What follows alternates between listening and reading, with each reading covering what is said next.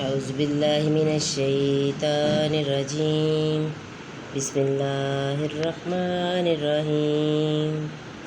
سورۃ ہود پارہ نمبر 12 سے ہم اپنے ترجمے کا آغاز کرتے ہیں۔ اللہ تعالیٰ میرا پڑھنا اور آپ کا سننا قبول کرے، آمین۔ اب جانا چاہتے ہیں کس پر آتا ہے وہ عذاب کہ اسے رسوا کرے گا، اور کون جھوٹا ہے، اور انتظار کرو میں بھی تمہارے ساتھ انتظار میں ہوں۔ اور جب ہمارا حکم آیا ہم نے شعیب اور اس کے ساتھ کے مسلمانوں کو اپنی رحمت فرما کر بچا لیا، اور ظالموں کو چنگھاڑنے آ لیا تو صبح اپنے گھروں میں گھٹنوں کے بل پڑے رہ گئے، گویا کبھی وہاں بسے ہی نہ تھے۔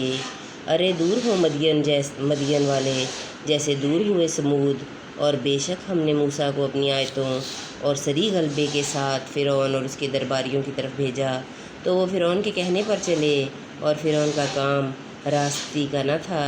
اپنی قوم کے آگے ہوگا قیامت کے دن تو انہیں دوزخ میں لا اتارے گا، اور وہ کیا ہی برا انعام جو انہیں ملا۔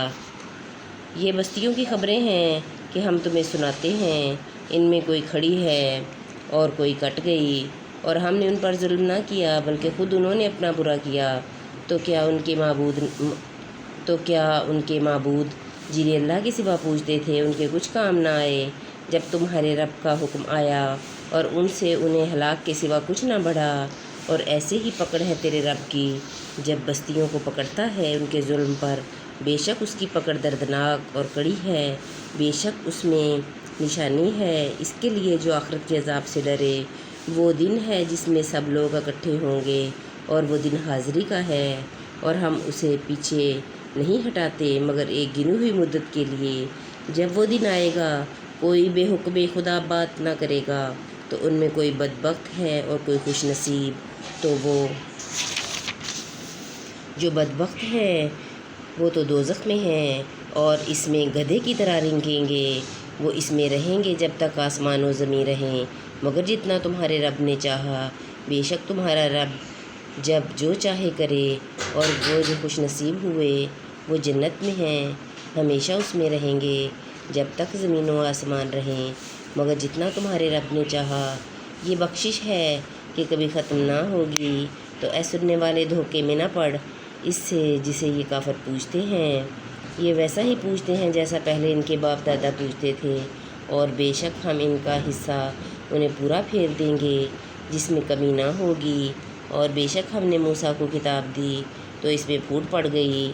اگر تمہارے رب کی ایک بات پہلے نہ ہو چکی ہوتی تو جب بھی ان کا فیصلہ کر دیا جاتا، اور بے شک وہ اس کی طرف سے دھوکہ ڈالنے والے شک میں ہیں۔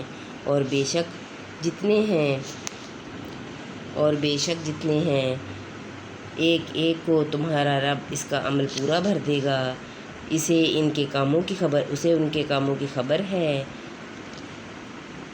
تو قائم رہو جیسا تمہیں حکم ہے، اور جو تمہارے ساتھ رجوع لایا، اور اے لوگوں سرکشی نہ کرو، بے شک وہ تمہارے کام دیکھ رہا ہے۔ اور ظالموں کی طرف نہ جھکو کہ تمہیں آگ چھوئے گی، اور اللہ کے سوا تمہارا کوئی حمایتی نہیں، پھر مدد نہ پاؤ گے۔ اور نماز قائم رکھو دن کے دونوں کناروں اور کچھ رات کے حصوں میں، بے شک نیکیاں برائیوں کو مٹا دیتی ہیں۔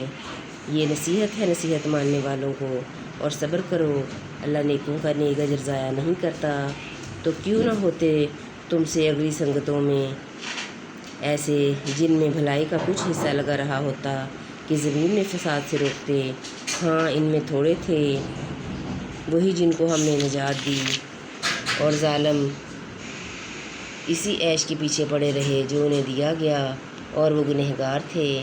اور تمہارا رب ایسا نہیں کہ بستیوں کو بے وجہ ہلاک کرے اور ان کے لوگ اچھے ہوں، اور اگر تمہارا رب چاہتا تو سب آدمیوں کو ایک ہی امت کر دیتا، اور وہ ہمیشہ اختلاف میں رہیں گے۔